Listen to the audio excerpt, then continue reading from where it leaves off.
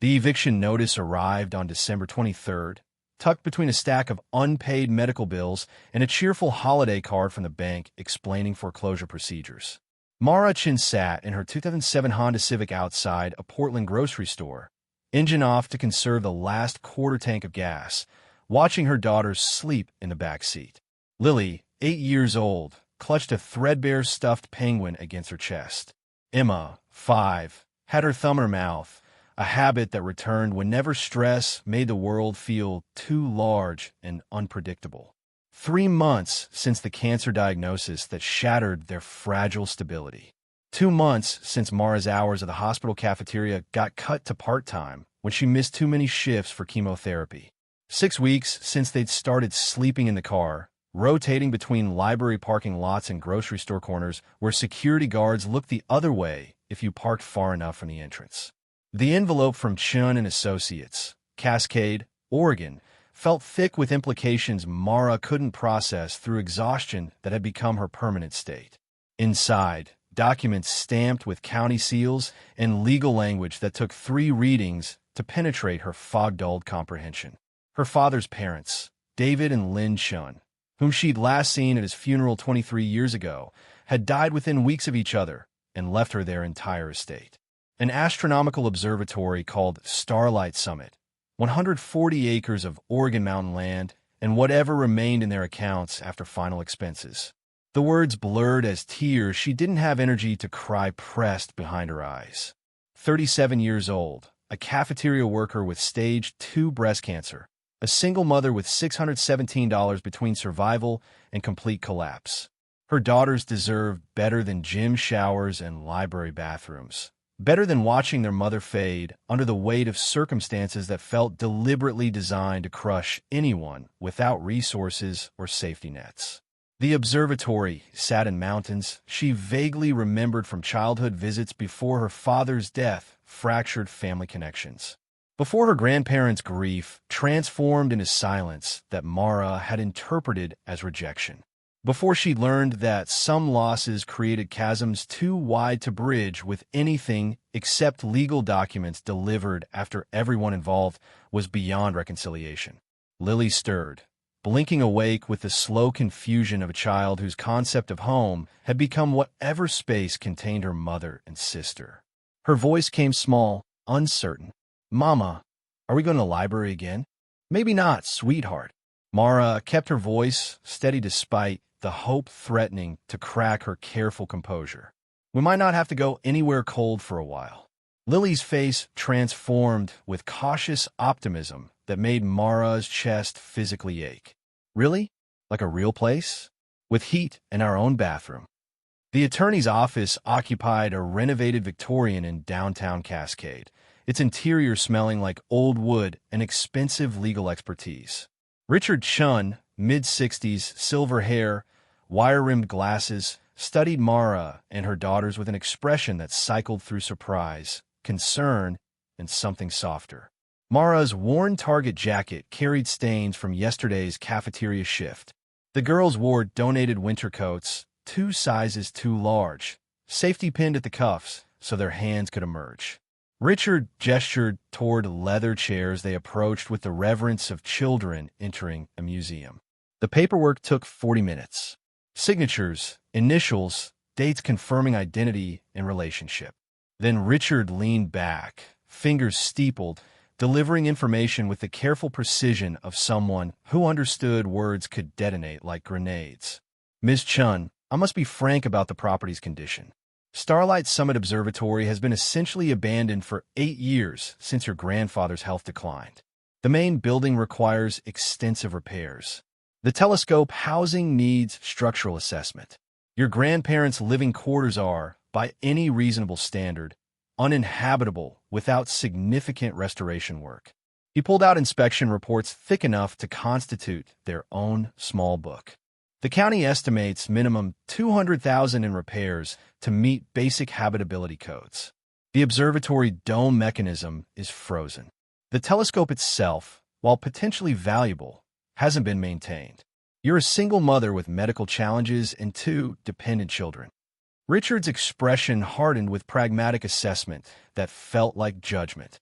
Cascade Development Corporation has offered $175,000 for the entire parcel. Given your circumstances, accepting that offer would provide immediate funds for housing, medical care, and stability your daughters need. I've seen the situation. This isn't a weekend project. This is a money pit you cannot afford. Emma's small hand found Mara's, grip tightening as Richard continued his litany of impossibilities. They've been trying to acquire that land for years. Senator Bradley himself authorized the offer. It's generous considering the property's condition and your inability to fund restoration. I've prepared paperwork. You could sign today and have a check by week's end. Something in Richard's tone, the practiced dismissal, the assumption of incompetence based purely on bank balance and current living situation, sparked anger Mara hadn't felt through months of exhausted survival. She'd spent 10 years working hospital shifts, raising daughters alone after their father disappeared, managing health insurance bureaucracy while tumors grew silently in her breast tissue. This attorney knew nothing about her except her financial desperation, yet spoke as if those metrics defined her capabilities completely. I need to see the property first. Her voice came steady, surprising herself with its firmness. Richard's expression soured with barely concealed impatience. Of course, but when you realize the scope of what you're facing, my office will facilitate the sale. The offer expires in 30 days. I'd strongly advise against wasting time on false hope. Outside, Lily tugged Mara's sleeve with the fierce intensity of a child who'd learned to read adult stress. Why was that man so mean? Like we're not good enough to be there. Some people think money makes them better than everyone else. Baby, they're wrong. Mara pulled her daughters close, feeling their small bodies radiating trust she wasn't certain she deserved. The second envelope had been tucked inside the first, smaller, hand-addressed in shaky cursive that must have cost Chen tremendous effort near the end. Mara opened it sitting in the car, while her daughters colored in donated activity books from the library, and the words rewrote everything she believed about her grandparents' silence. The letter explained in her grandmother's failing script how they'd wanted desperately to reach out after their son's death, how they'd tracked Mara through the years, how David had discovered something extraordinary hidden in the observatory, and how powerful people had weaponized bureaucracy and intimidation to keep them silent. How they preserved everything, waiting for the moment when Mara would be old enough, strong enough, desperate enough to fight battles they couldn't win alone. The drive took 7 hours through winter landscape, across mountains where snow transformed familiar geography into something alien and beautiful.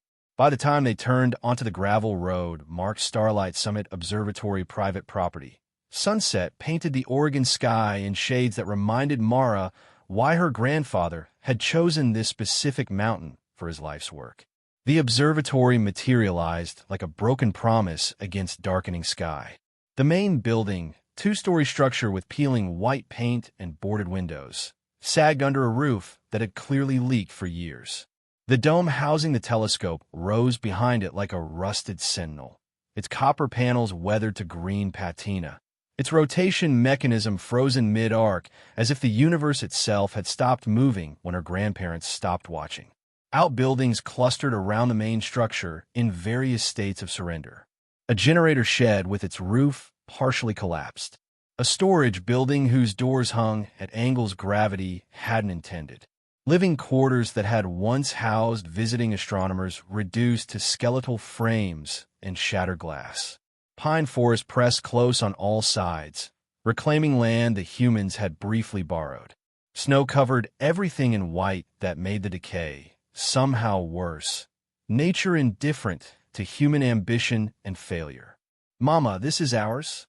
Emma's voice carried wonder mixed with uncertainty that perfectly captured Mara's own emotional chaos. Yes, baby, this is home. The word tasted like hope and delusion simultaneously. Inside smelled of abandonment, dust and mildew and animal nests and walls where insulation had failed. Furniture crouched under yellowed sheets. On the mantel, family photographs watched through dusty glass. David and Lynn, young and passionate, standing before the newly constructed observatory dome. Her father as a boy, maybe 10 years old, I pressed to a telescope eyepiece while David pointed toward something in the night sky. One photo made Mara's throat close. Herself at 6 years old, held between her grandparents who smiled with unguarded joy. The last visit before her father's car accident, before grief, transformed love into silence that she'd spent 23 years interpreting as rejection. The kitchen held dishes in the sink, fossilized by years of neglect. Lynn's apron still hung on its hook, fabric faded but carrying ghost traces of her presence. Down the narrow hallway, bedrooms waited like exhibits in a museum of interrupted lives. Her father's childhood room stopped Mara in the doorway. Astronomy posters covered the walls. Star charts marked with careful annotations. Books about physics and cosmology and the mathematics of celestial motion. All frozen exactly as he'd left them when he'd gone to college and built a life that ended on a rainy highway when Mara was 14. Lily explored with quiet wonder, touching telescopes on shelves, picking up books whose pages had yellowed with waiting. Papa David lived here with Papa Lynn. They built this place together. Your great-grandfather designed the telescope. Your great-grandmother calculated orbital mechanics that NASA used. Mara crouched to her daughter's level, gripping their shoulders. We're not leaving this time. No matter what happens, we're not running again. Understand? Both girls nodded with solemn trust that made Mara's determination crystallize into something harder than fear. The study door at the hall's end stood different from other rooms. Newer lock, recently installed based on hardware that didn't match the house's vintage fixtures. The key from Richard's office didn't fit. Mara tried anyway, knowing it was futile, remembering Lynn's letter about hiding places and preservation. Her grandfather had loved puzzles, had taught her father to think sideways, to see patterns others missed. The living room shelves held hundreds of books. Astronomy texts, mathematical treatises, science fiction novels that David had read aloud during those precious childhood visits. Mara started pulling volumes down, checking weights, riffling pages for hollowed spaces. Lily helped without being asked, creating organized stacks, wiping covers clean with the careful attention she brought to every task. 2 hours passed in concentrated silence, broken only by Emma's occasional questions about whether they could keep specific books. Then Lily reached a high shelf and pulled down a leather-bound edition of Carl Sagan's Cosmos that felt wrong in her small hands. "Mama, this one's too light." The pages had been carved out with surgical precision, creating a hollow lined with velvet. Inside, a brass key attached to a note in David's distinctive handwriting. The words made tears finally break through Mara's exhausted composure. For Mara, when she comes home, the truth is in the study. Your father knew. We tried to tell him, but they silenced us with threats and social services. What you'll find in that room cost us our son and nearly cost us you. But it's also the key to fighting them. Trust your instincts. Know everything we did because we loved you more than our own safety. The stars don't lie. Neither does mathematics. Follow both. The key turned smoothly. The door swung inward on hinges someone had maintained even as the rest of the house deteriorated. Overhead light flickered once, twice, then held steady, revealing what David and Lynn Chen had spent the last decade of their lives protecting. Every wall was covered. Star charts marked with colored annotations. Astronomical data printouts, overlapping geological surveys, overlapping property records. Filing cabinets lined one wall, drawers labeled by year and subject. A massive desk dominated the center, buried under notebooks filled with David's meticulous calculations and Lynn's elegant mathematical proofs. This wasn't a study. This was a research station. This was what happened when two brilliant scientists discovered something extraordinary and spent years documenting it with precision that would survive their deaths. Lily's whisper barely registered. "What is this place?" "Research, baby. Very important research that someone tried very hard to stop." Mara lifted the first notebook, dated 1998, and began reading her grandfather's careful documentation of discovery that would change everything. The entries began with routine astronomical observations. Meteor showers, planetary positions, deep sky photography capturing galaxies millions of light-years distant. Then June 14th, 1998, detected unusual seismic activity during routine sky survey. Not earthquake. Too localized, too regular. Investigated source, approximately 400 meters northeast of Observatory. Ground disturbance suggests artificial excavation. Recent. Professional. Marked location for further study.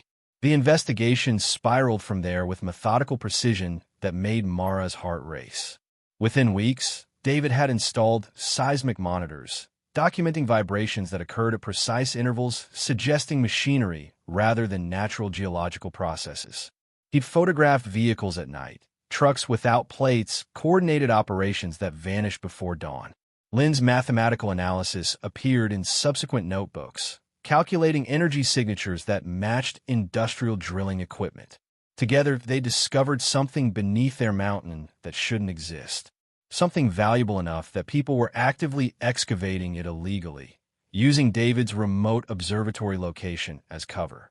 The notebooks detailed months of investigation, soil samples showing mineral concentrations inconsistent with regional geology, radiation readings suggesting deposits of rare earth elements, communications with geological survey offices that terminated in suspicious silence or active obstruction.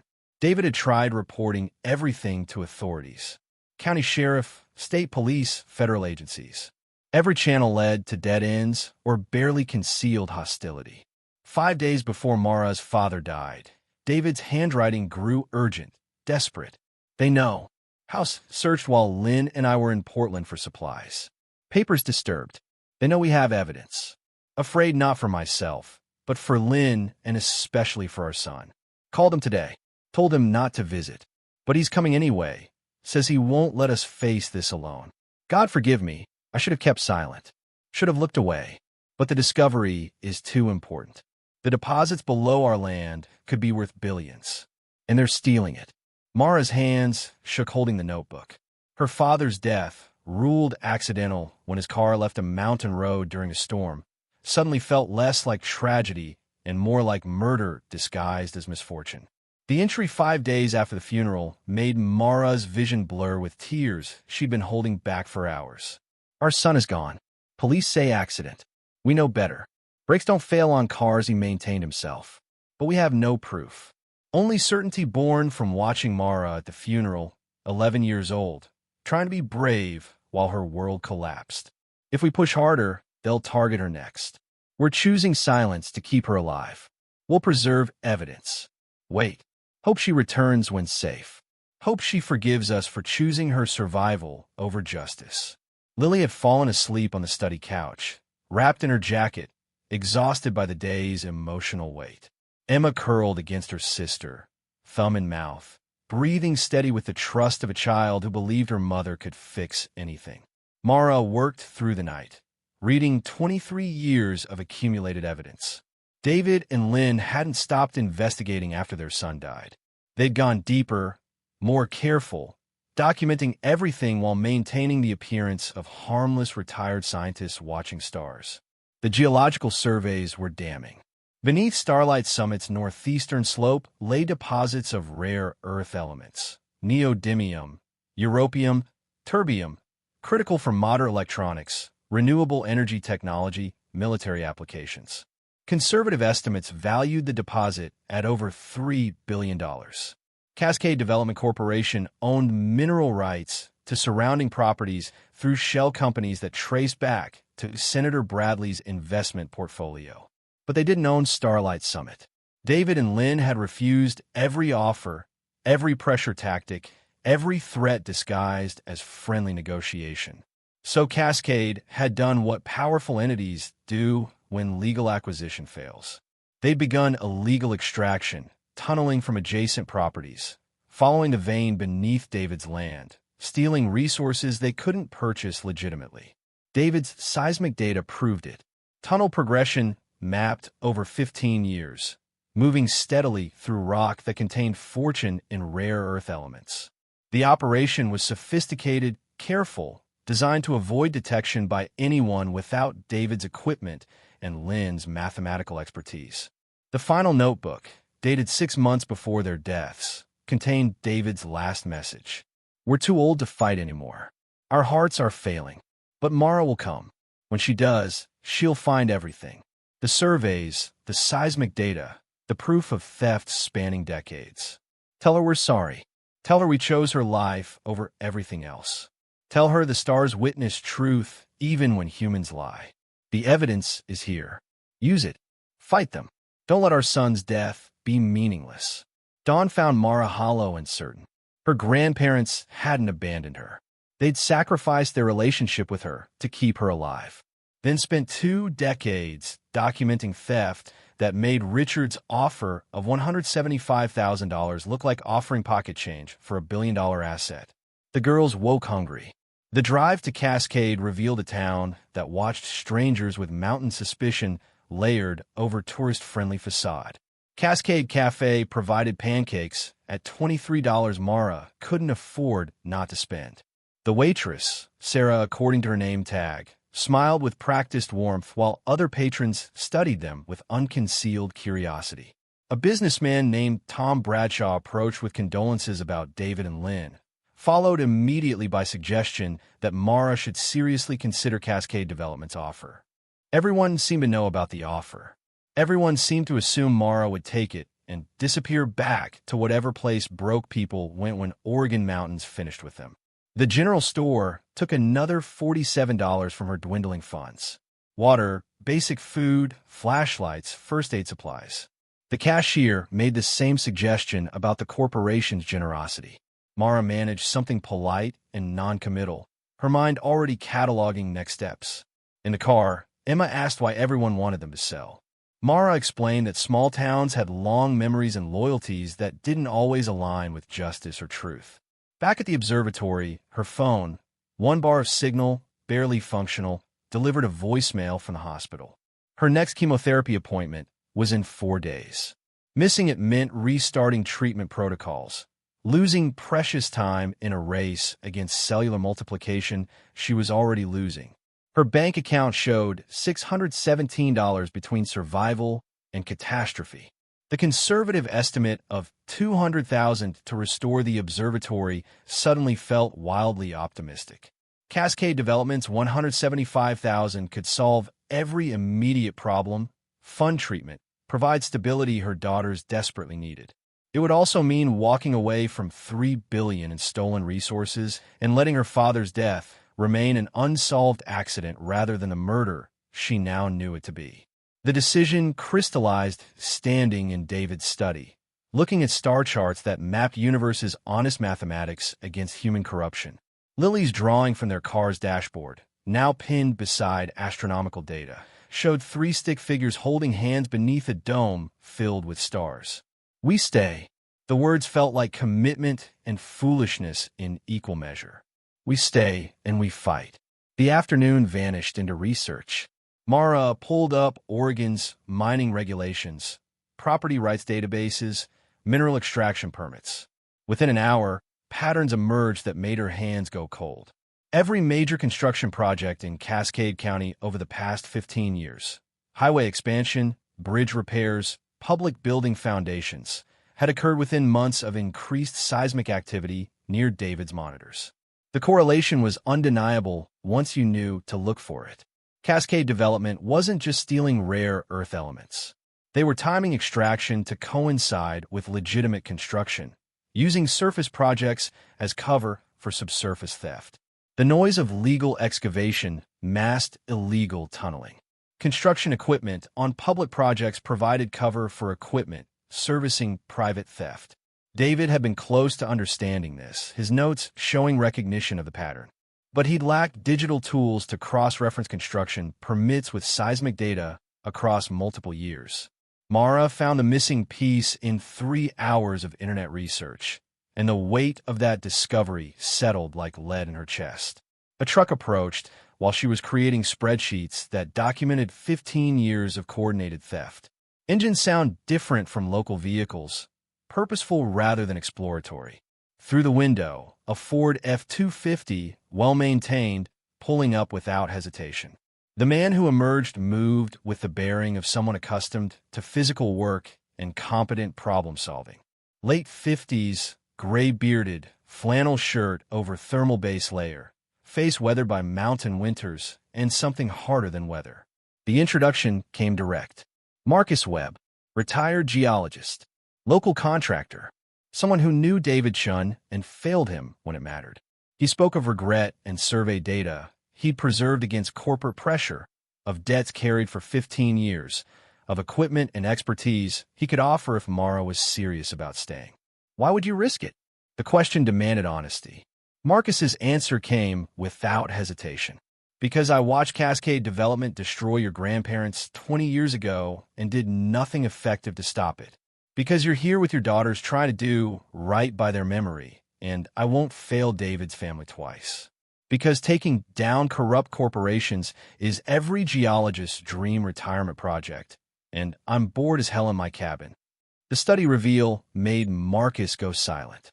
He studied walls with expression somewhere between horror and professional admiration. This is better than most academic research I've reviewed. David went deep, obsessive, careful, brilliant. He scanned notebooks, examined seismic data, studied Lynn's mathematical proofs. When Mara showed him her cross-reference construction permits and extraction timeline, Marcus's jaw set with recognition. He didn't have these tools. You found what he couldn't. This plus everything he documented, we can prosecute. But not through Cascade. Town's compromised. We need federal investigators. EPA, maybe FBI for the theft scale? I know someone. Janet Torres, federal prosecutor in Portland. Clean record. Takes cases against entities that thought themselves untouchable. The partnership formed over instant coffee at the ruined kitchen table. 2 tracks simultaneously. Make the observatory defensible. Establish legitimacy as residents. Appear harmless to anyone watching. While organizing evidence with prosecutorial standards, creating case packages, preparing for the moment when going official would make Mara a target. 4 to 6 weeks minimum before contacting Janet. Marcus explained. Time to make the place livable. Time to structure the case. Time to prepare for the war that follows. Lily trusted Marcus immediately in the way children sometimes recognized good people beneath surface presentations. When he showed her how to read topographic maps, explaining elevation lines and slow calculations, she listened with focus Mara rarely saw. When Marcus mentioned his late wife had been a teacher and how much she would have loved the girl's curiosity, both children beamed with pleasure that made Mara's chest ache. The first week passed in physical labor that felt like therapy. Marcus arrived each dawn with supplies salvaged from completed projects. Lumber, insulation, windows, tools. They started with the living quarters, stripping damaged sections and replacing them panel by panel. The work was hard, cold, endless. Mara's body, already weakened by chemotherapy and car sleeping, protested every motion. But Marcus's patience and the girl's determination to help push them forward. They insulated walls, replaced broken windows, installed a functional heating system cobbled from parts Marcus sourced through contractor networks. Lily proved surprisingly adept at measuring and marking cut lines. Emma's job was organizing tools, fetching materials, learning through practical application that turned abstract concepts into muscle memory. Evenings meant evidence work, digitizing notebooks, scanning seismic data, building databases that cross-referenced decades of information with modern software. Marcus brought geological expertise to bear, identifying mineral signatures that proved deposits' value, calculating extraction volumes that demonstrated theft scale. They identified 3 former Cascade Development workers who might testify if offered protection. Robert Kane, Lisa Park, Tommy Whitfield. Marcus's old contacts began quiet outreach, gauging willingness, assessing reliability. The observatory transformed incrementally. New windows replaced boarded darkness. The heating system brought warmth to spaces that hadn't been comfortable in years. Lily and Emma's bedroom became livable. Clean walls, functioning heater, space where children could imagine futures beyond survival mode. The tire tracks appeared on day 9. Mara was hauling debris near the property line when she noticed them. Fresh impressions in snow where vehicles had no legitimate reason to be. Patterns suggested someone had driven from the old service road, circled the observatory at distance, then returned. Recent enough that weather hadn't eroded the marks. Professional enough to stay just outside camera range if they'd thought to install cameras. Marcus studied the tracks with expression Mara had learned meant concern masked as analysis. Expected this. When you claimed the inheritance, they noticed. Now, they're assessing whether you're a threat or just another broke single mother trying to salvage a legacy. We need security before they decide you're the former. The camera system went up that afternoon. 6 units covering approaches, motion-activated, wireless linked to a laptop monitoring station Marcus configured in David's study. Perimeter sensors cover gaps. Trip alarms at key points. The observatory became fortress in waiting while maintaining appearance of renovation project. They kept working visible exterior repairs during daylight, maintaining fiction that Mara was merely fixing her inheritance, not investigating billion-dollar theft. The visitor arrived on day 12 without warning. A Mercedes SUV, expensive, clean, wrong for mountain roads, pulled up mid-morning while Marcus was in town buying supplies, and the girls were practicing math at the kitchen table. The man who emerged wore business casual that screamed wealth and urban influence. 40-something, confident stride, smile that never touched calculating eyes. Daniel Brooks, according to his introduction, representing Senator Bradley and Cascade Development Corporation.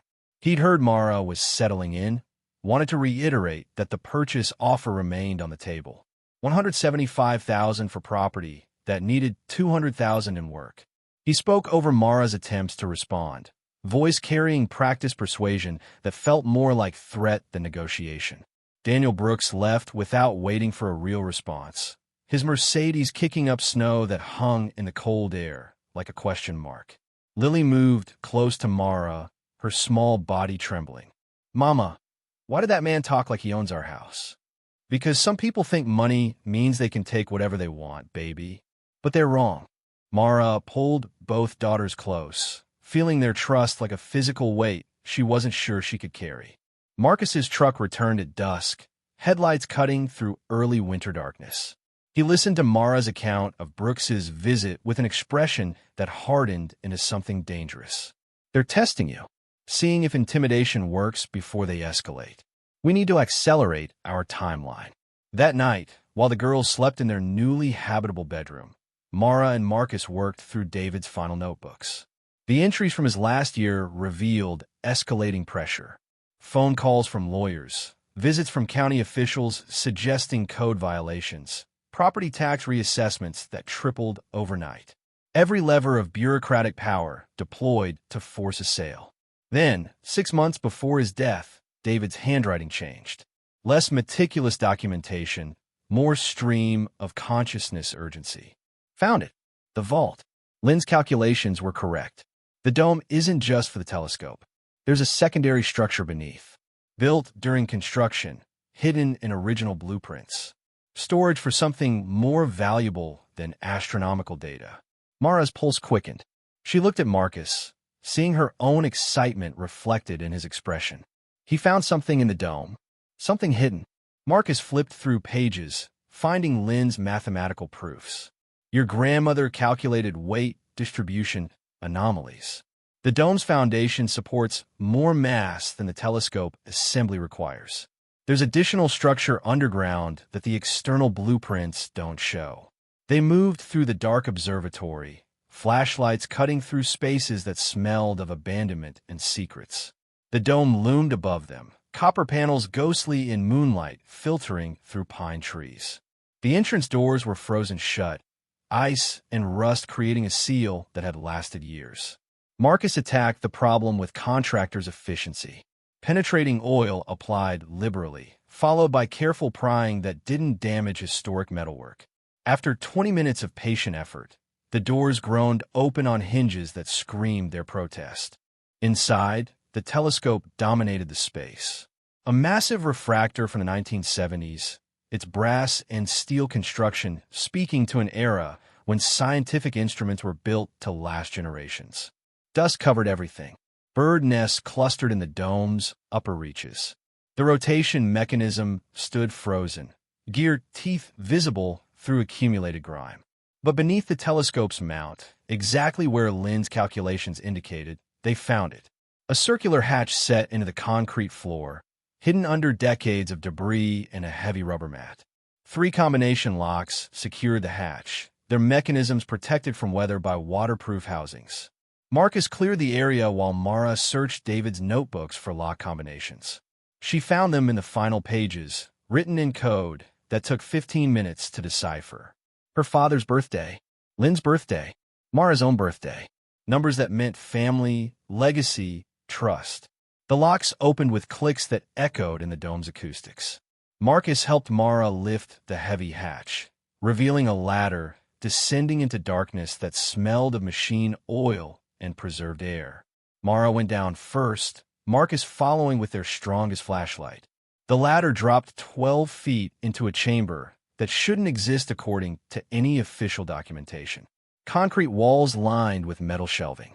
Climate control equipment humming softly, powered by dedicated electrical lines David must have maintained until his final days. And everywhere, carefully organized in archival boxes and protective cases, lay proof of wealth that made Mara's knees weak. The first case contained core samples, rock specimens labeled with dates, depth markers, and mineral composition analysis. Neodymium oxide concentrations ranging from 15 to 47%.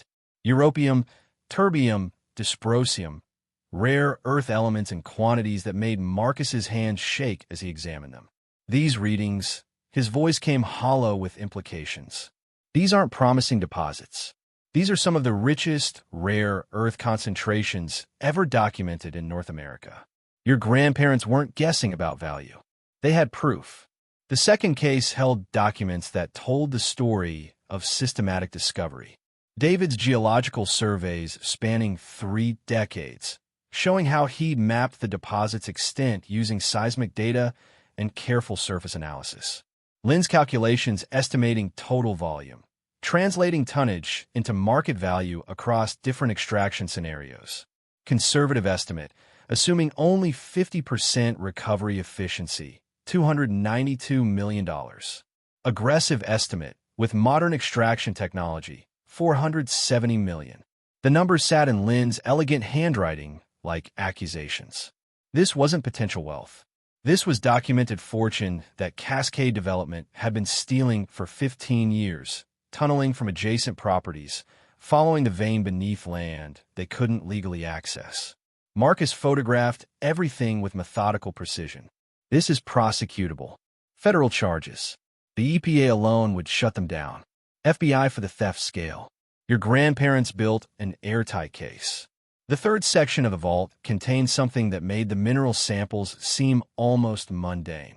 Video recordings, dozens of them, stored on hard drives with dates spanning 15 years. David had installed cameras throughout his property, recording every vehicle that approached, every nighttime operation, every instance of illegal access. They watched footage on Marcus's laptop, the small screen showing nighttime operations in infrared clarity. Trucks without plates. Men in Cascade Development uniforms. Equipment being moved into position near the northeastern property boundary.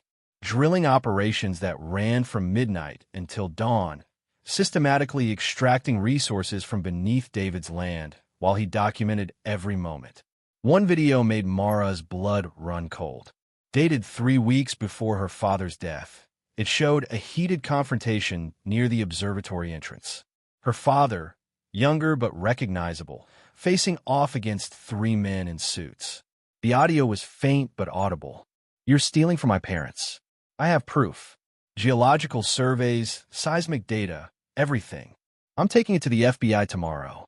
One of the suited men stepped closer, his voice carrying clear threat. "Your parents are old. Accidents happen to old people who don't understand when to stay quiet, and to their families who make trouble." Her father's response came defiant. "Try it. I've already made copies. Everything's documented. You touch my family, and it all goes public." The video ended there, but Mara's hands shook holding the laptop. 3 weeks later, her father's car had left a mountain road during a storm. Brake failure, the police had concluded. Tragic accident. They killed him. The words came out flat, certain. He threatened to expose them, so they killed him. Marcus's expression carried the weight of someone who'd suspected but hoped otherwise. We can't prove it. Not after 23 years. But the pattern, he didn't finish. He didn't need to. The final section of the vault contained David's message to Mara, written 6 months before his death and preserved in a waterproof case designed to outlast him by decades. My dearest Mara, if you're reading this, Lynn and I are gone. We're sorry we couldn't be there for you after your father died. We were terrified. They killed our son for threatening to expose them. We knew they'd kill you too if we brought you into this fight. So we chose silence. We chose your life over justice. We chose letting you think we didn't care rather than risk making you a target. But we never stopped loving you. We never stopped watching. We documented everything because we knew someday you'd be strong enough to finish what we started. The vault contains proof of theft worth hundreds of millions. The recordings show systematic criminal enterprise. The geological data proves Cascade Development has been stealing from land they don't own for 15 years. Use it. Fight them. But be careful. Senator Bradley controls local law enforcement. The county attorney is in his pocket. You'll need federal help. Contact someone outside Oregon's power structure. Show them what we've preserved. Tell your daughters their great-grandparents loved them, even from a distance. Tell them the stars don't lie. Tell them mathematics reveals truth that humans try to hide. And tell them we're sorry we weren't brave enough to fight when it mattered. Don't make our mistake. Some things are worth risking everything. With all our love, David and Lynn Chen. Mara read the letter 3 times, tears making the words blur. Her grandparents hadn't abandoned her. They'd sacrificed their relationship with her to keep her alive.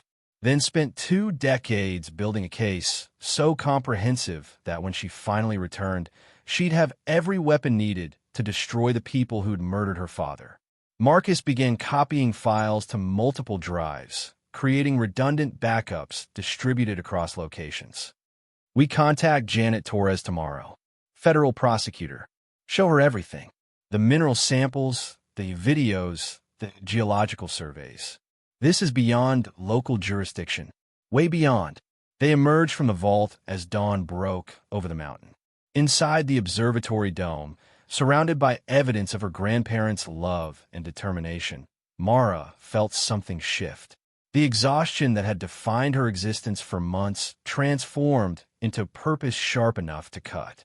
The girls woke to find Mara making breakfast from supplies Marcus had brought. Real food, hot and plentiful, served at a table in a house that finally felt like it might become home. Lily asked what they'd found in the dome, and Mara explained in terms an 8-year-old could grasp. Grandpa David discovered treasure. Not gold or jewels, but rocks that are worth millions of dollars. And bad people have been stealing it. But he left us proof. Evidence that means we can stop them and make them pay for what they've done. Emma's eyes went wide. Like superheroes? Fighting bad guys. Exactly like that, baby. Except our superpower is mathematics and documentation and refusing to give up. Marcus made the call to Janet Torres from his truck, explaining enough to pique federal interest without revealing the evidence's full scope. The prosecutor's response came cautious but engaged. She'd drive up from Portland tomorrow for a preliminary meeting. Bring documentation. Be prepared to explain why this warranted federal attention. That afternoon, while Marcus worked on making the main building more habitable, Mara drove to Cascade for supplies. The town felt different now, its quaint exterior masking corruption she could finally name and document. People she dismissed as nosy now registered as potential witnesses or conspirators. At the hardware store, she encountered Sarah, the cafe waitress, who approached with the kind of careful concern that preceded bad news. Mara, honey, you should know. People are talking, saying you're asking questions about the observatory, about your grandparents. Tom Bradshaw mentioned you might be difficult about the sale. Mara kept her voice neutral. I'm just trying to understand why my grandparents left me. Sarah leaned closer, voice dropping. David Chen asked questions too, made powerful people uncomfortable. Then your daddy came asking the same questions. I'm just saying, maybe some things are better left alone. For your girl's safety. The warning was clear. Back off or risk what happened to her father and grandparents. Mara managed a non-committal response and finished her shopping, but the encounter crystallized something. This town wasn't neutral ground. It was occupied territory, and Cascade Development controlled everything from law enforcement to casual conversations in hardware stores. She returned to find Marcus installing motion sensor lights around the observatory perimeter. Janet Torres called back. She's coming tonight instead of tomorrow. Said something about your case, potentially connecting to a larger investigation she's running. Wants to see evidence as soon as possible. Mara's phone buzzed with a text from an unknown number. Stop digging into things that don't concern you. Your daughters are beautiful. We'll be ashamed if something happened. Consider the offer. Sell. Leave. Stay healthy for your girls. She showed Marcus, watching his expression cycle from anger to calculation. They're escalating, moving faster than I expected. We need Torres here now. Janet Torres arrived at sunset, driving an unmarked sedan that suggested federal resources without broadcasting them. Mid-40s, sharp-eyed, carrying a briefcase that spoke to someone who traveled prepared for anything. She listened to Mara's initial summary without interruption, taking notes, occasionally asking clarifying questions that showed prosecutorial mind assembling narrative. When Mara finished, Janet set down her pen. Show me the vault. The descent into the dome chamber felt different with a federal prosecutor present. Janet examined the mineral samples with growing intensity, photographing labels and composition data. She reviewed Lynn's calculations with expressions that shifted from skepticism to conviction. The video recordings made her jaw set with barely controlled fury. She watched David's documentation of nighttime theft operations, the confrontation between Mara's father and Cascade representatives. 15 years of systematic criminal enterprise captured in infrared clarity. When the final video ended, Janet removed her glasses and fixed Mara with a stare that carried weight. This is the most comprehensive evidence of corporate mineral theft I've seen in 20 years of prosecution. Combined with the geological surveys and your grandparents' documentation, this is a federal case. RICO charges, wire fraud, environmental crimes. We're talking decades in prison for everyone involved. She pulled out her phone, making calls that mobilized resources. FBI field agents, EPA investigators, geological survey experts. By midnight, the observatory would become a federal crime scene, its evidence secured under protection that Cascade Development couldn't intimidate or corrupt. Ms. Chen, I need to be clear about what happens next.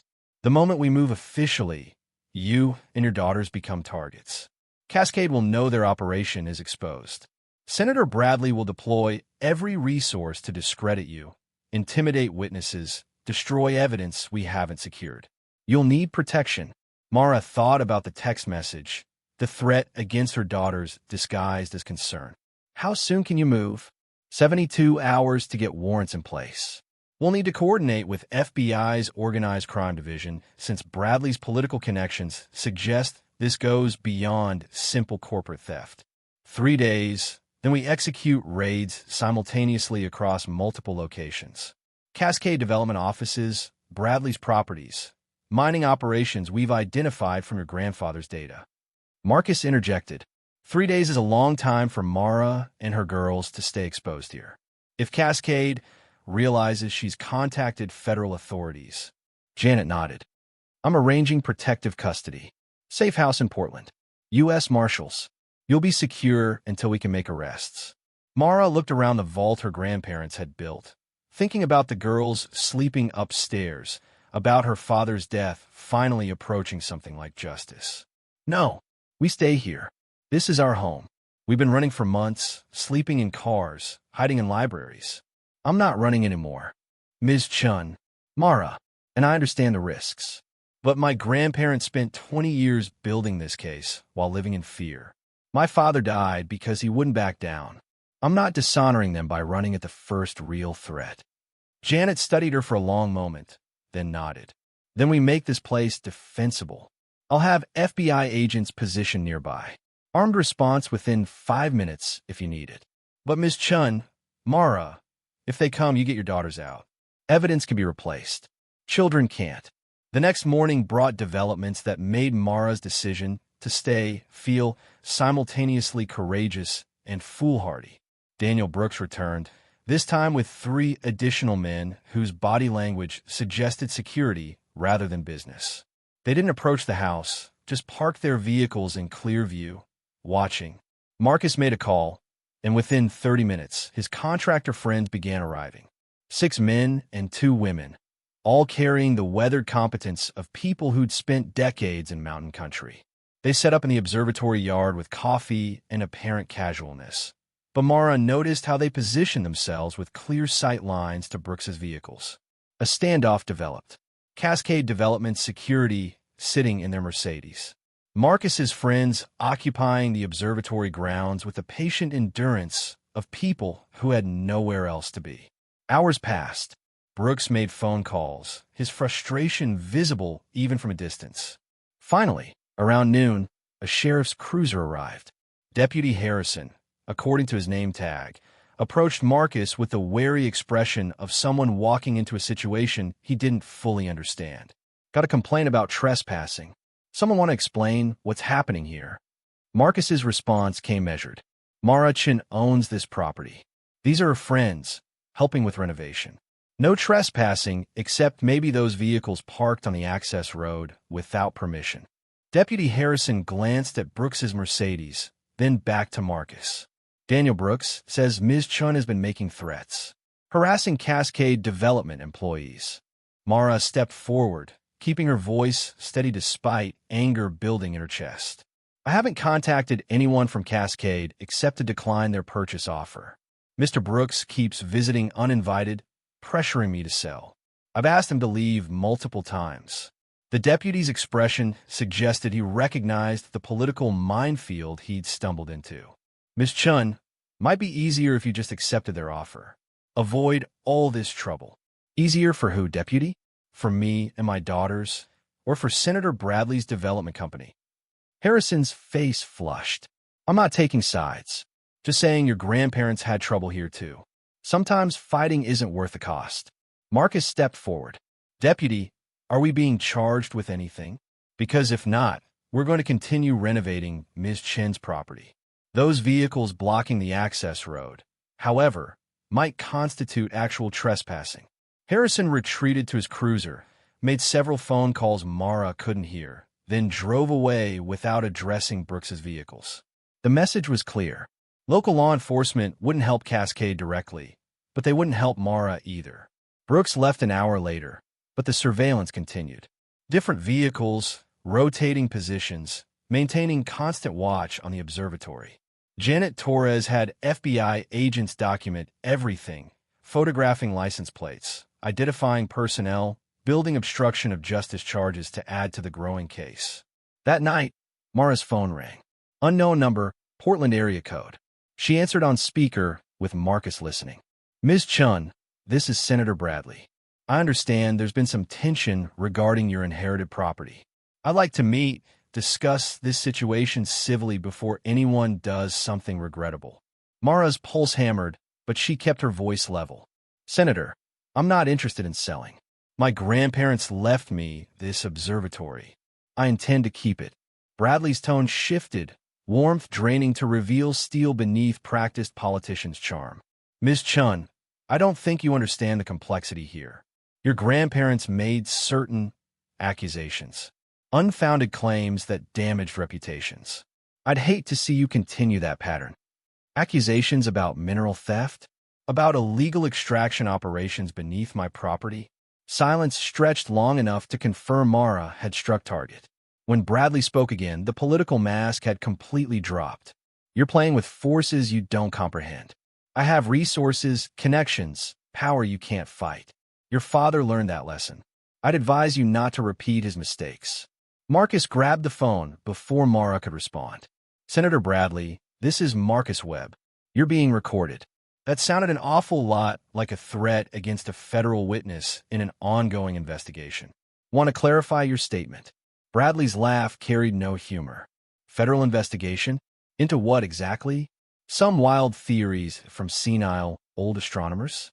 Good luck with that. The line went dead. Janet Torres called 30 seconds later. Did you get that recorded? Every word. Marcus confirmed. Beautiful. That's witness intimidation, obstruction, possibly criminal threatening. I'll have agents at your location within the hour. Senator Bradley just accelerated his own prosecution timeline. The FBI agents arrived in unmarked vehicles, establishing discreet positions around the observatory property. Mara watched from the kitchen window as her home transformed into a secured federal site. The girls remained oblivious, playing with toys Marcus had brought, treating the whole situation like an adventure rather than the dangerous chess match it had become. Lily approached while Mara was reviewing geological surveys for the 100th time. Mama, are the bad people going to hurt us like they hurt Papa and Great-Grandpa David? The question deserved honesty. Mara crouched to her daughter's level, framing Lily's face with her hands. Some people want us to leave. They're going to try scaring us. But we have friends now. Good people who are helping us stay safe. And in 3 days, the police are going to arrest the bad people. Then we'll really be safe. Forever. Promise? Mara thought about her father's car leaving the road. About David and Lynn dying alone. Their grandson believing they'd abandoned her. About 23 years of grief and separation orchestrated by people who valued wealth over human life. I promise, baby. No more running. This is our home, and we're keeping it. That night, Mara couldn't sleep. She stood at the dome window, looking out at stars her grandfather had spent decades studying. The mathematics of their motion, the physics of their light, the honest truth of astronomical data that couldn't be corrupted or intimidated. David had built his life around that honesty. Lynn had translated it into equations that revealed patterns others missed.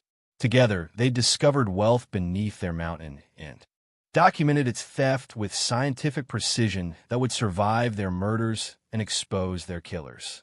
Mara pulled up the geological surveys on her laptop, studying mineral concentration data her grandmother had calculated.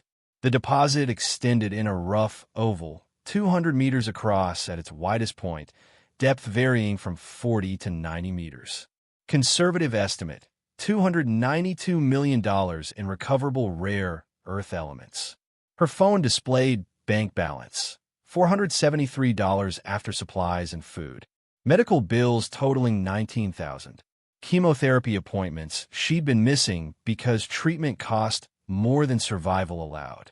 The juxtaposition was obscene. Sitting on fortune and documented mineral wealth while rationing food and skipping cancer treatment. But Mara understood now that this wasn't about money. It was about justice for a father who died protecting his family. About honoring grandparents who'd sacrificed relationship for safety. About proving that ordinary people could fight extraordinary evil when armed with truth and determination. Marcus found her at dawn, still studying surveys, coffee long gone cold. Torres called. The warrants are approved. FBI raids happen tomorrow at 6 a.m. Simultaneous hits on Cascade Development offices, Senator Bradley's properties, mining operations near our boundary. By tomorrow afternoon, this whole thing breaks open. Mara nodded, feeling certainty settle in her bones. 24 hours until her father's death was avenged. Until her grandparents' legacy was honored. Until 2 little girls sleeping upstairs could claim their inheritance without fear. The final day passed in strange calm. Brooks's surveillance vehicles disappeared around noon, suggesting Cascade Development sensed approaching storm and was moving to protect assets or destroy evidence. Janet Torres confirmed FBI teams were tracking their movements, documenting the panic that preceded inevitable exposure. Lily and Emma helped Marcus with final repairs to the main building, their laughter echoing through spaces that had been silent too long. Mara watched her daughters claim this place as home, understanding that regardless of what tomorrow brought, they'd already won something important. They'd stopped running. At sunset, Mara gathered the girls in David's study, surrounded by star charts and evidence of systematic theft. Tomorrow is going to be different. There will be police here, federal agents. They're arresting the people who hurt Great-Grandpa David and our family. It might be scary, but we're safe. Marcus will be here. FBI agents will protect us. And when it's over, this place is really ours. Forever. Emma's small voice carried certainty that made Mara's throat tight. Because we're brave like Great-Grandpa. Because we're brave like our whole family, baby. Everyone who fought to keep this place safe for us. Janet Torres arrived just after dark for final coordination. Everything's in position. 6 a.m., we move. I need you and the girls in the vault during the operation. Safest location if anything goes wrong. You think Cascade might try something? Tonight, I think desperate people do desperate things. Bradley knows his time is running out. Better paranoid than sorry. They settled into defensive positions. FBI agents in unmarked vehicles. Marcus with his contractor friends occupying the main building. Mara and the girls in the vault beneath the dome, surrounded by evidence that would destroy Cascade development and vindicate everyone who died protecting it. The hours crawled past midnight. Emma and Lily slept on camping mats Marcus had provided, their breathing steady with trust that made Mara's determination harden into something unbreakable. She reviewed video recordings, watching her father's final confrontation with the men who'd killed him, memorizing their faces for tomorrow's reckoning. At 3 a.m., motion sensors triggered. Multiple vehicles approaching from the northern access road, headlights off, moving with coordinated precision that suggested tactical planning. Marcus's voice crackled over the radio. We've got company. 6 vehicles, maybe 20 personnel. This isn't surveillance. This is an assault. Mara's blood ran cold. She gathered her sleeping daughters, preparing to move deeper into the vault if violence erupted. FBI agents called for backup while positioning themselves between approaching vehicles and the observatory. Then floodlights erupted from federal positions, illuminating the convoy in harsh white light. Janet Torres's voice boomed through a bullhorn. FBI, stop your vehicles. Hands visible. You are surrounded. The vehicles stopped. Doors opened slowly. Men emerged with hands raised, facing federal agents with rifles trained on them. Daniel Brooks stood among them, his expression cycling from shock to fury to resignation as he recognized the trap he'd walked into. Torres approached with handcuffs ready. Daniel Brooks, you're under arrest for witness intimidation, conspiracy to commit assault, obstruction of justice. Anyone else wants to try destroying evidence or harming federal witnesses tonight? The surrender happened quickly. 20 men from Cascade Development Security, all facing federal charges, all providing potential testimony against Senator Bradley in exchange for reduced sentences. The assault that should have been Mara's death became the prosecution's biggest break. Dawn found the convoy of arrested men being transported to Portland for processing. FBI evidence teams swarmed the observatory, documenting everything, creating redundant records of the vault's contents. Janet Torres looked exhausted but grimly satisfied. Senator Bradley will be arrested within the hour, along with 15 Cascade Development executives, the county attorney who blocked your grandparents' complaints, and the deputy who threatened your father before his death. This is bigger than mineral theft, Mara. This is organized crime spanning 3 decades. Your grandparents' evidence just broke open the most significant corruption case Oregon's seen in 50 years. Mara stood in the dome, watching sunrise paint mountains in shades of gold and crimson. Her daughters slept safe in the vault below, protected by evidence and federal agents and the determination of 3 generations who refused to let evil operate unopposed. The stars faded as daylight claimed the sky. Somewhere in those mountains, illegal tunnels snaked beneath her property, extracting wealth that would soon be recovered and returned. Somewhere in Portland, a senator woke to federal agents at his door, his decades of corruption finally catching up. And in a small observatory on an Oregon mountain, 2 little girls would wake to a home that couldn't be stolen, protected by laws that finally worked in justice that, though delayed, would be delivered complete. Mara's phone buzzed with a text from Janet Torres. Senator Bradley in custody. Cascade Development offices seized. Your family's nightmare is over. Press conference at noon. You're invited to attend, but not required. The evidence speaks for itself. She looked at the vault entrance, thinking about David and Lynn spending their final years building this case, about her father dying to protect it, about the long path from that Portland grocery store parking lot to this moment of vindication. Some inheritances measured in acres or dollars. Some measured in courage, determination, and refusal to accept that power equaled immunity. The Chen family's legacy was both land worth millions and principles worth dying to defend. The girls would wake soon. There would be questions to answer, futures to plan, a life to build in this place their ancestors had protected. But first, Mara would stand in the sunrise her grandfather had watched for decades and silently thank him for preserving truth when silence would have been easier. The vault beneath her feet held $292 million in documented mineral wealth. The mountains around her held peace hard-won through 3 generations of sacrifice. And in the house her grandparents built, 2 daughters slept safe, finally home. The press conference happened in Portland's Federal Building. Cameras and journalists packed into a room that smelled of anticipation and the kind of story that ended careers. Janet Torres stood at the podium, flanked by FBI officials and EPA representatives, while Mara sat in the back row with Marcus, watching justice become public record. At approximately 6 a.m. this morning, federal agents executed coordinated raids across Oregon, arresting Senator Marcus Bradley, 14 Cascade Development Corporation executives, and 7 public officials on charges including mineral theft, racketeering, witness intimidation, and conspiracy to commit murder. The room erupted. Journalists shouted questions over each other while cameras flashed. Janet waited for silence before continuing, her voice carrying the weight of someone who understood this moment's significance. This investigation began with evidence preserved by Dr. David Chen and Dr. Lynn Chen, astronomers who spent 2 decades documenting systematic theft of rare earth minerals valued at over $292 million. Their granddaughter, Mara Chen, brought this evidence to federal attention 3 weeks ago. What we've uncovered represents one of the largest cases of corporate mineral theft and public corruption in Oregon's history. Janet detailed the charges methodically. Illegal mining operations spanning 15 years.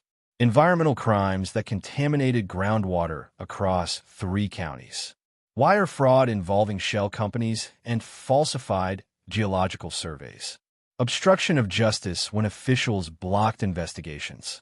And finally, evidence suggesting Senator Bradley's involvement in the death of Robert Chen, Mara's father, who died under suspicious circumstances after threatening to expose the operation. We're working with local authorities to reopen the investigation into Robert Chen's 2001 death. While we may never prove murder charges given the passage of time, we have documented threats made against Mr. Chen days before his fatal accident. Witness testimony suggests brake tampering. The evidence warrants thorough review. Mara's hands shook holding her coffee cup. Marcus steadied her with a hand on her shoulder, his presence grounding her through the surreal experience of watching her family's private tragedy become national news. A journalist called out a question. What happens to the mineral deposits? Who owns them now? Janet's response came clear and certain. The deposits lie beneath property legally owned by Mara Chen. She holds full mineral rights. Federal law is unambiguous. The stolen materials already extracted will be recovered and valued. Ms. Chen is entitled to restitution for everything illegally removed from her land over 15 years. Another journalist. What's the estimated value of restitution? Conservative estimate, based on market prices and documented extraction volumes, is $47 million. That's what Cascade Development stole. That's what Ms. Chen is owed. The number hit Mara like a physical force. $47 million.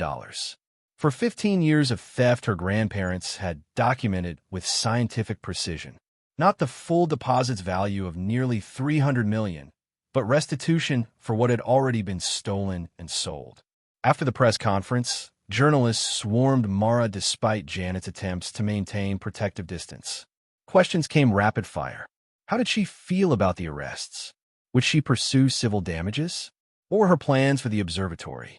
Mara kept her responses brief and measured, the way Janet had coached her. I'm grateful federal authorities took my grandparents' evidence seriously.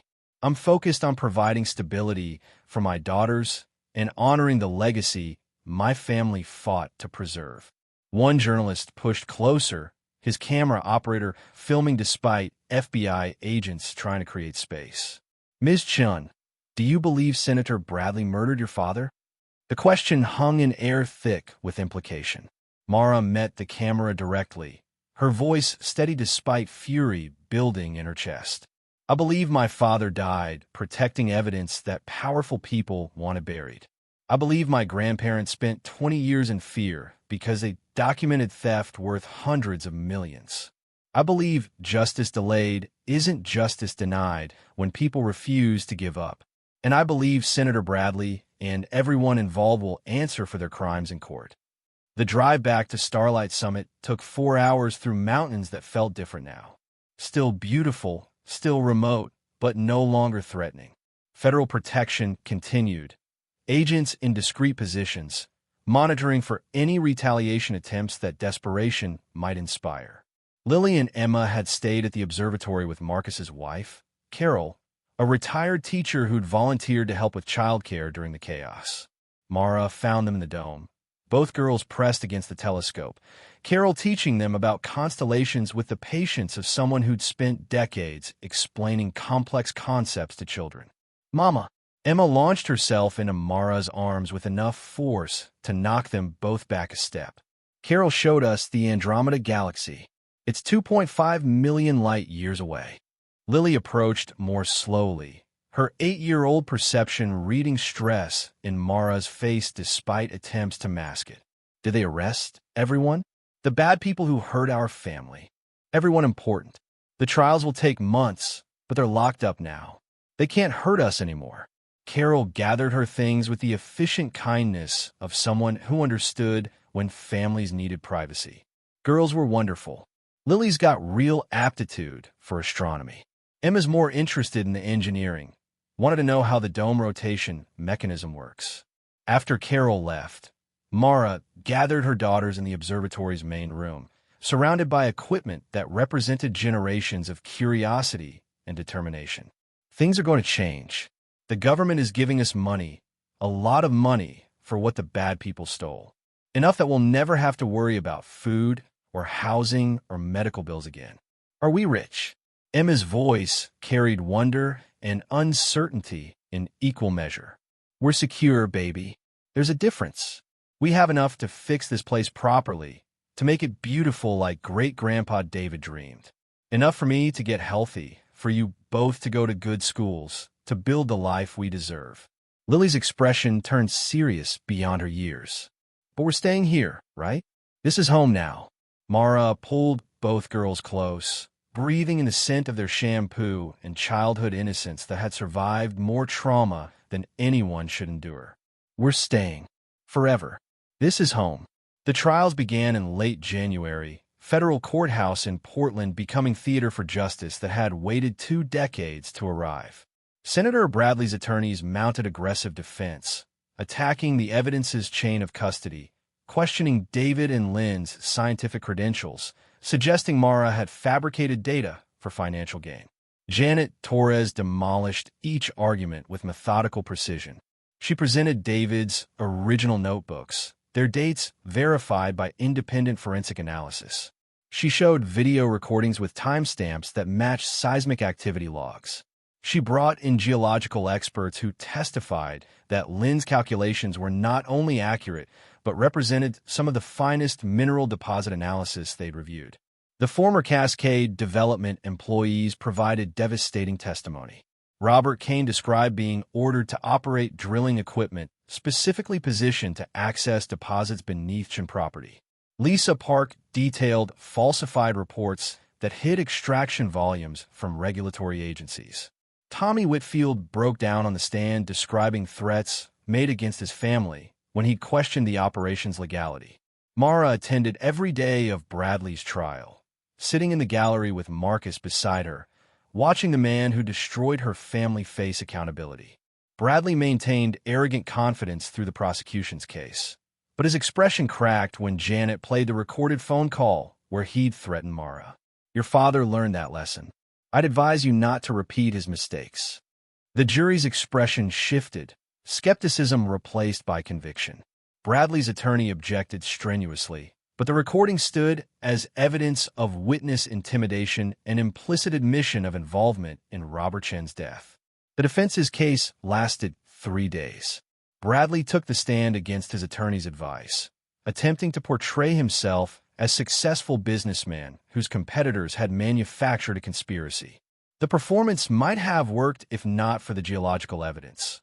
Core samples that proved rare earth deposits exactly where David's surveys indicated, extraction records that match Cascade's mineral sales, financial transactions that trace stolen resources from Chen property to Bradley's accounts. The jury deliberated for 6 hours. When they returned, the verdict came with the inevitability of mathematics proving a theorem. Guilty on all 43 counts. Mineral theft, racketeering, wire fraud, environmental crimes, obstruction of justice, witness intimidation. Each verdict struck like a hammer blow, dismantling Bradley's empire one charge at a time. The sentencing hearing happened on a February morning when snow fell outside the courthouse in soft drifts that made Portland look almost peaceful. Judge Richardson, federal appointee with a reputation for harsh sentences in corruption cases, presided with gravity appropriate to crimes that had spanned decades and destroyed families. Victim impact statements began at 9 a.m. Mara spoke first, her voice steady despite emotion that threatened to overwhelm her. She described growing up believing her grandparents had abandoned her, learning only after their deaths that they'd sacrificed their relationship to keep her safe.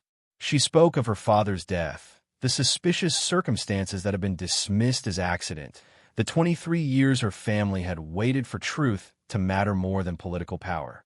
Senator Bradley didn't just steal minerals worth millions. He stole my father's life.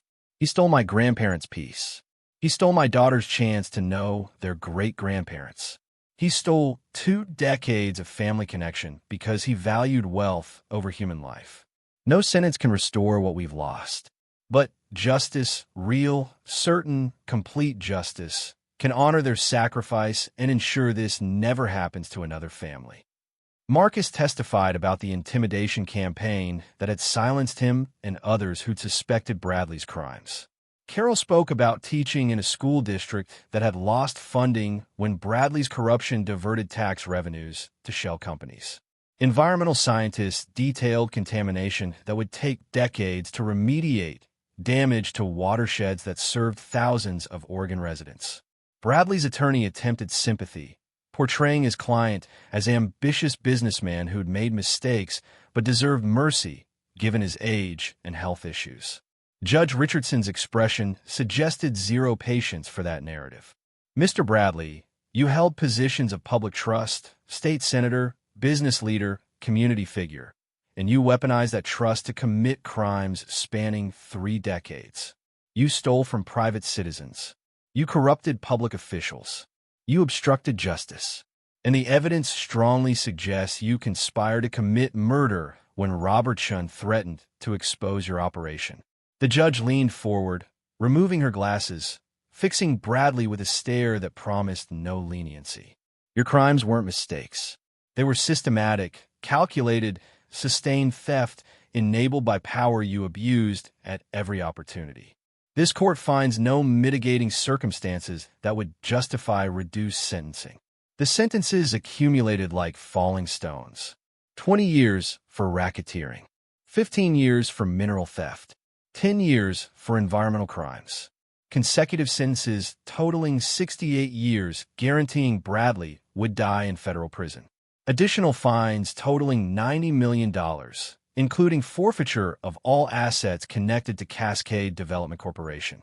Bradley's face remained frozen throughout, refusing to show emotion even as his world collapsed. But when marshals led him away in handcuffs, Mara saw something flicker in his expression. Recognition, perhaps, that wealth and power had limits, that ordinary people armed with truth could destroy extraordinary evil. The subsequent trials moved faster. Cascade Development executives took plea deals, trading reduced sentences for testimony against Bradley and cooperation in environmental remediation. The county attorney who'd blocked investigations received 12 years. The deputy who'd threatened Robert Chen got 8 years for obstruction and accessory after the fact. By March, the criminal cases were largely resolved. The civil litigation began immediately. Mara's restitution claim, environmental damage suits, wrongful death actions on behalf of Robert Chen's estate. Janet recommended an attorney who specialized in complex civil cases, Patricia Wong, who approached the litigation with the same methodical precision that had characterized the criminal prosecution. Patricia filed for the full $47 million in documented theft, plus additional damages for environmental harm, emotional distress, and punitive measures. Cascade Development's bankruptcy complicated matters, but federal seizure of Bradley's personal assets provided recovery avenue. The settlement negotiations lasted 6 weeks before reaching resolution that made Patricia smile with grim satisfaction. $47 million for documented theft, $8 million for environmental remediation you'll oversee, $5 million punitive damages. Total $60 million paid from Bradley's seized assets and Cascade's liquidation. The government gets their fines and penalties, you get full restitution, and there's enough left over to fund cleanup that your grandparents would have demanded. $60 million. The number still felt abstract, impossible, disconnected from reality. Mara had spent months rationing food and skipping cancer treatment, and now she had wealth that changed everything about her daughter's futures. But the money mattered less than what it represented. Vindication of her grandparents' sacrifice, acknowledgement that their documentation had been accurate and their persecution unjust, proof that David and Lynn Chen had been right about everything despite 2 decades of being called paranoid or delusional. The financial security let Mara address her health without the terror of medical bankruptcy. She resumed chemotherapy at Oregon Health Sciences University, this time with access to cutting-edge treatments her previous insurance had denied. The oncologist, Dr. Sarah Mitchell, reviewed her case with the careful attention that adequate funding enabled. Stage 2 breast cancer, HER2 positive. Aggressive treatment protocol, chemotherapy, targeted therapy, possible surgery depending on response. With proper care and resources, 5-year survival rate exceeds 90%. You caught this early enough that we have excellent options. The treatments were brutal. Hours in infusion chairs while poison dripped into her veins, killing cancer and healthy cells indiscriminately. Nausea that made food impossible. Fatigue that turned simple tasks into mountains. But this time, Mara had support. Marcus and Carol helped with the girls. Federal Victim Services provided counseling. Patricia Wong ensured medical bills were paid from settlement funds without Mara needing to navigate insurance bureaucracy while fighting for her life. Lily and Emma adapted with the resilience of children who'd already survived homelessness and uncertainty. They understood Mama was sick but getting better. They helped by being careful and quiet when nausea was worst, by drawing pictures that decorated hospital rooms, by trusting that this time the treatment would work because they finally had resources to fight properly. By May, scans showed the tumor shrinking. By July, Dr. Mitchell pronounced Mara's response excellent, with cautious optimism that made hope feel justified rather than foolish. By September, surgical intervention removed what remained, pathology confirming clear margins and no lymph node involvement. "You're cancer-free." Dr. Mitchell's words in October carried weight that made Mara cry for the first time since the trials ended. Continue monitoring, obviously, but you've won this fight. The Observatory's transformation happened parallel to Mara's treatment, funded by settlement money and vision that honored David and Lynn's legacy while creating something new. Marcus oversaw construction, managing contractors who rebuilt the main building to historical preservation standards while incorporating modern systems. The dome received complete restoration. The telescope, examined by experts from the University of Oregon, proved to be remarkably valuable, a rare 1970s refractor in surprisingly good condition given years of neglect. Professional restoration cost $80,000, but returned the instrument to research-grade functionality.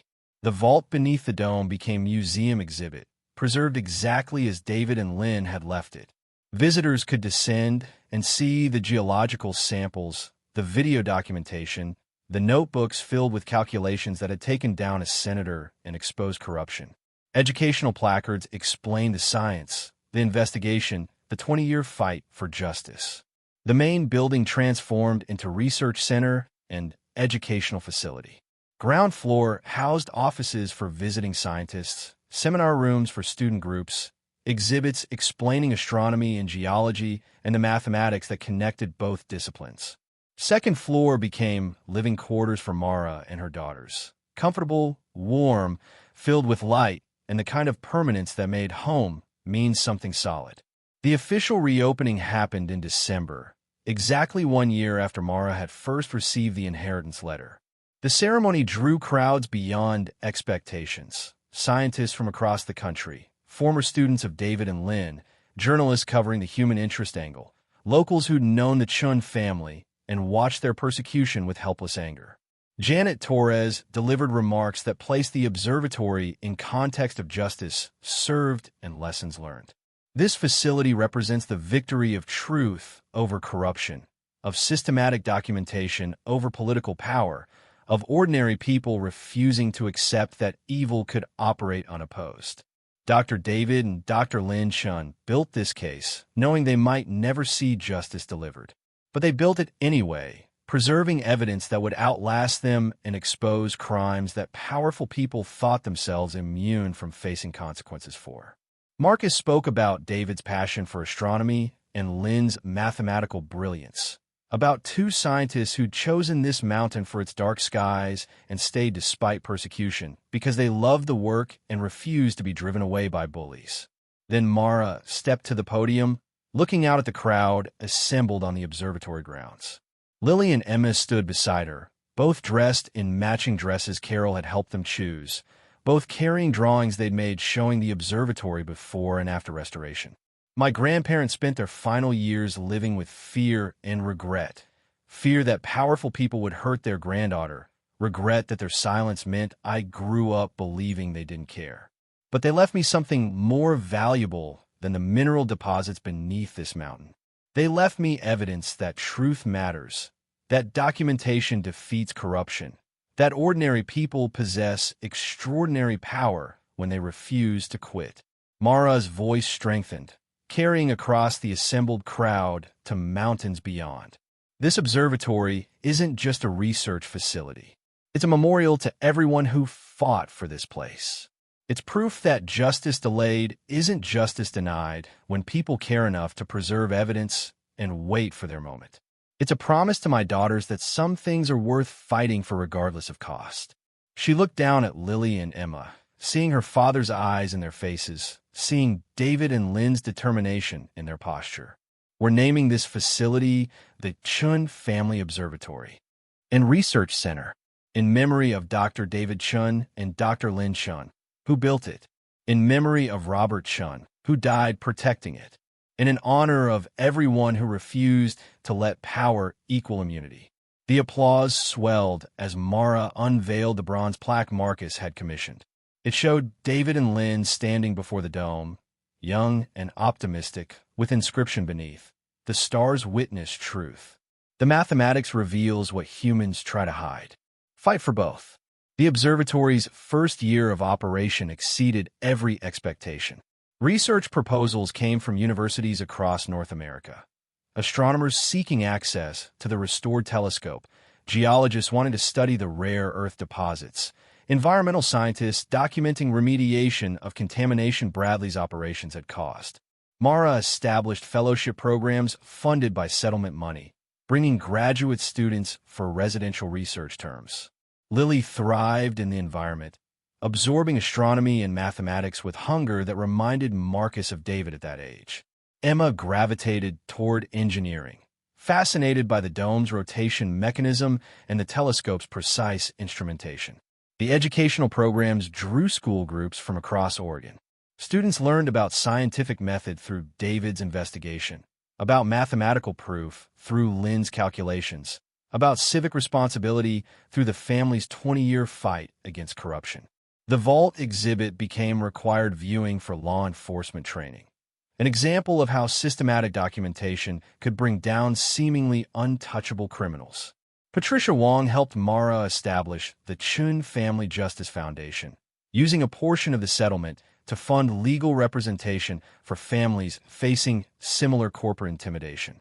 The foundation's first case involved ranchers whose water had been contaminated by illegal mining operations.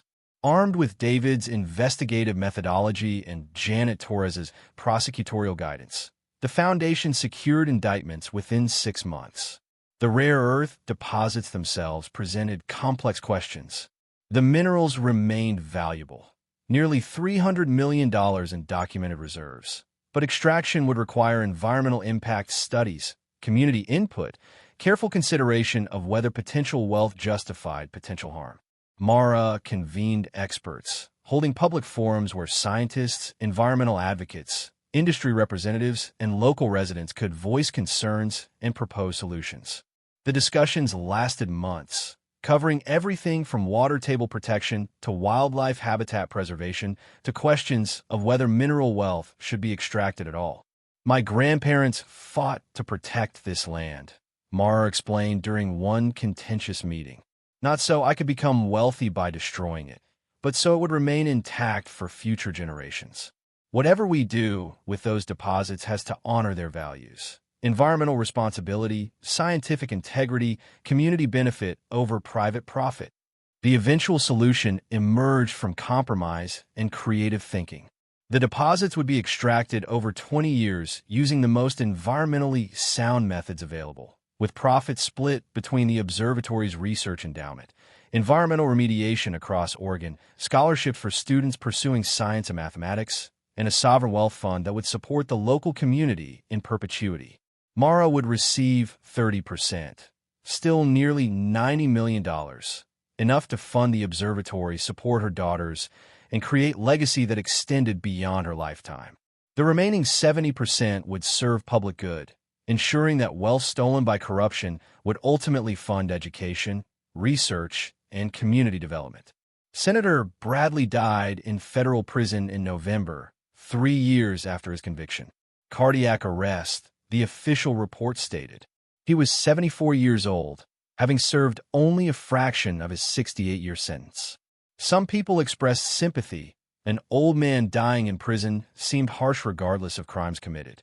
Mara felt nothing. Not satisfaction, not grief, just the empty recognition that Bradley's death changed nothing about what he'd done or what his conviction represented. Justice didn't require him to serve every year of his sentence. Justice required acknowledgement that power had limits, that theft faced consequences, that murder disguised as accident could still be exposed decades later. She visited her father's grave for the first time in years, bringing Lily and Emma to the small cemetery outside Portland where Robert Chen had been buried in 2001. The headstone read simply, Robert Chen, 1969 to 2001, beloved son and father. Mara knelt beside the grave, her daughters flanking her, and spoke words she'd carried unspoken for 23 years. I know what happened now. I know you died protecting us. I know you tried to expose them, and they killed you for it. But Dad, we finished what you started. We used Grandpa David and Grandma Lynn's evidence. We brought them all down. Senator Bradley died in prison. Cascade Development is bankrupt. And the observatory, Dad, it's beautiful. The girls live there. They're learning astronomy and mathematics, just like you did. Lily placed flowers on the grave, daisies she'd picked from the observatory grounds. Emma added a drawing showing the dome against star-filled sky. Both girls stood quiet, processing connection to a grandfather they'd never known, but whose sacrifice had enabled their current security. We miss you, Mara continued, tears finally breaking through composure she'd maintained through trials and treatment and transformation. We miss what could have been, but we're okay. Better than okay. We're home. We're safe. And everything you fought for, it mattered. It all mattered. The drive back to the observatory took them through mountains gilded by late autumn light. Mara drove in comfortable silence while her daughters discussed constellations they'd observed that evening. The conversation was casual, easy, marked by the kind of security that came from knowing tomorrow would arrive without eviction notices or medical bills or threats from powerful people. Marcus met them at the observatory entrance, his expression carrying news that made Mara's heart skip. Dr. Patricia Valdez from NASA called. They want to use our telescope for an exoplanet observation project. 3-month collaboration, fully funded, with potential for long-term partnership. Mara's breath caught. NASA partnership would legitimize the observatory's research capacity, attract additional funding and prestige, honor David's dream of contributing to astronomical discovery beyond his private observations. Tell them yes. Tell them we'd be honored. That evening, after dinner prepared in a kitchen that smelled like home rather than institutional cafeteria, Mara stood in the dome with her daughters. The telescope pointed toward Jupiter, its moons visible as bright points arranged like celestial jewelry. Lily adjusted the focus with careful attention to detail Marcus had taught her. Emma monitored the dome's rotation, ensuring smooth tracking as Earth's rotation carried them eastward. Mama, when I grow up, I want to be an astronomer like great-grandpa David. Lily's voice carried certainty that made Mara's chest tight with pride and recognition. I want to build telescopes, Emma added. Make them better than anyone else can. Mara pulled both girls close, looking up through the dome's opening at stars that had witnessed everything. Her grandparents' persecution, her father's death, her own desperate months living in a car, the fight that had ended with vindication and transformation. You could be anything you want, both of you. That's what all this was for, giving you choices, opportunities, the security to dream without limits. Great-grandpa David and great-grandma Lynn fought, so you could stand in this dome and reach for the stars without fear. The telescope tracked Jupiter's motion with mechanical precision. Somewhere in the mountain beneath them, rare Earth deposits waited for extraction that would fund research and education for decades. Around them, the observatory hummed with purposeful activity. Visiting scientists preparing observations, students reviewing data, the machinery of discovery operating exactly as David had envisioned when he'd built this place 50 years ago. Marcus appeared in the doorway, carrying hot chocolate Carol had sent over. Thought you might want this. It's getting cold. They gathered in the dome's observation area, for people connected by choice rather than blood, by shared purpose rather than obligation. Marcus had become the grandfather the girls needed, Carol the grandmother, whose teaching shaped their curiosity. Together, they built family from the wreckage of loss, community from isolation, home from a place that had been abandoned and reclaimed. Marcus, thank you. Mara's words felt inadequate for the debt she owed this man who'd risked everything to help a desperate stranger. For believing us, for staying, for teaching the girls, for everything. Marcus's expression softened with emotion he rarely showed. Your grandparents were my friends. David taught me geology when I was struggling in college. Lynn helped my daughter with calculus that saved her scholarship. When they needed someone to stand with them against Bradley, I wasn't there. I was scared. I chose safety over friendship. But I got a second chance with you and the girls. Got to help finish what David started. That's worth more than you know. The conversation drifted to plans for the observatory's expansion, to the NASA collaboration, to Lily's upcoming science fair project about exoplanet detection methods. Normal conversation in a normal home where the most pressing concerns involved educational opportunities and research proposals rather than survival and persecution. Later, after the girls were asleep in their bedroom, with its walls covered in star charts and drawings, Mara stood alone in David's study. The room remained as memorial. Notebooks organized on shelves, star charts covering walls, the desk where he'd spent thousands of hours documenting theft and calculating justice. She pulled out the final notebook, reading his last entry one more time. We're too old to fight anymore. Our hearts are failing. But Mara will come. When she does, she'll find everything. Tell her we're sorry. Tell her we chose her life over everything else. Tell her the stars witness truth, even when humans lie. I'm here, Grandpa, Mara whispered to the empty room. I came home. I found everything. I finished the fight, and I'm telling Lily and Emma about you every day. Not the fear or the regret, but the courage and the love and the refusal to let evil win." She looked at the photograph on the desk, the one showing herself at 6 years old between grandparents who smiled with unguarded joy. That moment, frozen in time before tragedy and separation, had been recovered. Not literally, those years were gone, but spiritually, the connection had been restored through understanding, through completion of their unfinished work, through building something that honored their sacrifice. The observatory would outlast Mara, would continue long after Lily and Emma grew and built their own lives. Students would learn here. Scientists would discover here. Families would visit and hear the story of two astronomers who documented truth despite persecution, who preserved evidence despite fear, who chose justice over safety. And somewhere in those mountains, beneath star-filled Oregon skies, the Chen family would be remembered not for what they'd lost, but for what they'd refused to surrender: integrity, determination, the belief that ordinary people armed with mathematics and courage could defeat extraordinary corruption.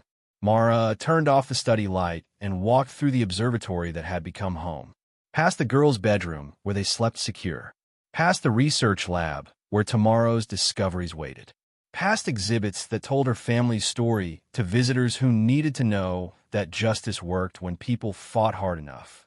She stepped outside into December night, breathing air so cold it burned, looking up at stars her grandfather had mapped and her daughters would study. The dome rotated smoothly behind her, telescope tracking celestial motion with precision that turned mathematics into beauty. Some inheritances measured in dollars and acres. Some measured in courage that spanned generations. The Chen family had left both: wealth that funded dreams and determination that defeated nightmares.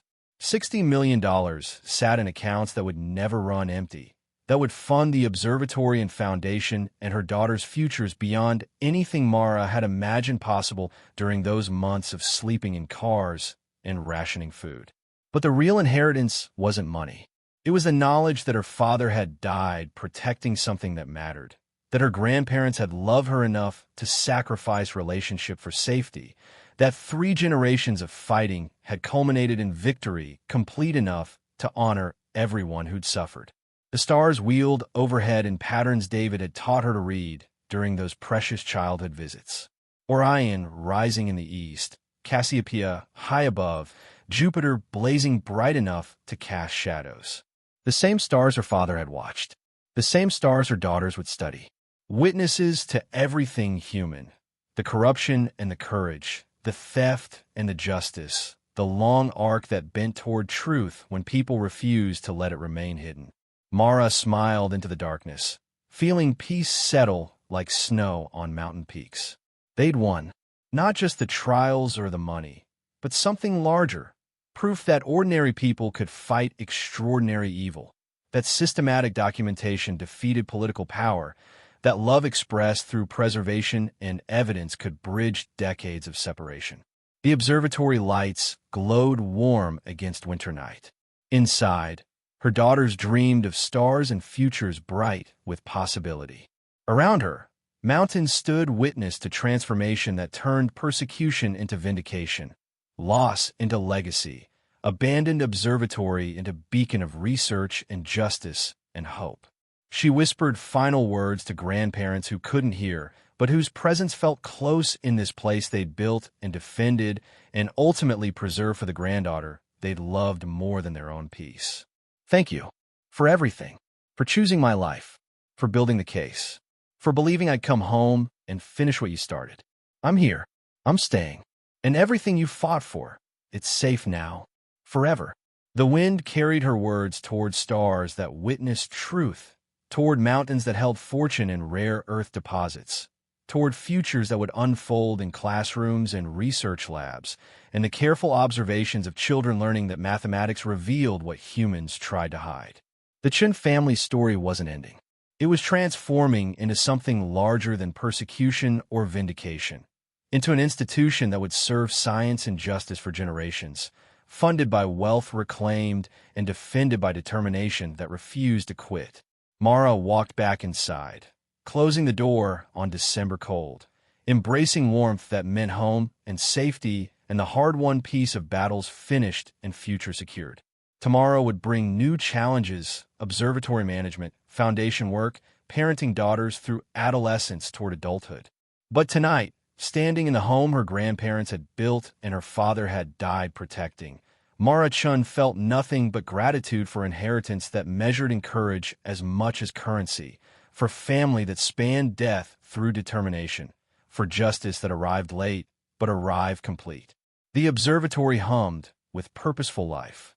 The stars shone with mathematical precision, and two little girls slept secure in beds that would never be taken away, in a home that would never be stolen, supported by a legacy that would outlast everyone who'd fought to preserve it. Some stories end. Some transform into missions that outlive their protagonists.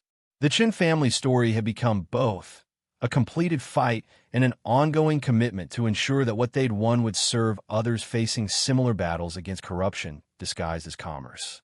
The dome rotated smoothly, telescope tracking stars with the precision David and Lynn had demanded. The vault beneath held evidence that had brought down a senator. The foundation funded justice for families who needed champions. And in the mountains of Oregon, one observatory stood as testament to the principle that truth matters more than power, that evidence defeats corruption, that ordinary people possess extraordinary strength when they refuse to accept that evil can operate unopposed. Mara climbed the stairs to her bedroom, passing photographs that now included images of vindication alongside loss, courtroom victories, observatory reopening, her daughters learning astronomy beneath the dome their great-grandparents had built. The journey from Portland parking lot to this moment had been long and brutal and worth every hardship. She checked on the girls one final time, watching them sleep with the security of children who'd never again fear homelessness or hunger or threats from powerful people. They would grow up, knowing their family's story, not as tragedy, but as triumph, not as victims, but as victors who transformed persecution into purpose. Tomorrow, the NASA team would arrive for preliminary meetings. Next week, a delegation from the Environmental Protection Agency would discuss remediation oversight. Next month, the foundation would announce its second round of grants to families fighting corporate intimidation. But tonight, Mara Chen slept in a home that couldn't be taken, protected by justice that had been delayed, but delivered complete, surrounded by evidence that love expressed through preservation and determination could bridge any gap and defeat any corruption. The stars shone. The mountains stood witness. And in the Chen Family Observatory and Research Center, $292 million in mineral wealth waited beneath ground that would never again be stolen from, protected by documentation and determination and the certainty that some inheritances transcend money to become something larger. Legacy, justice, proof that ordinary people armed with truth can change the world. Thank you so much for watching until the end. If you love this story, check out the other videos on your screen now. I think you'll really enjoy them. And don't forget to subscribe if you haven't already. See you in the next story.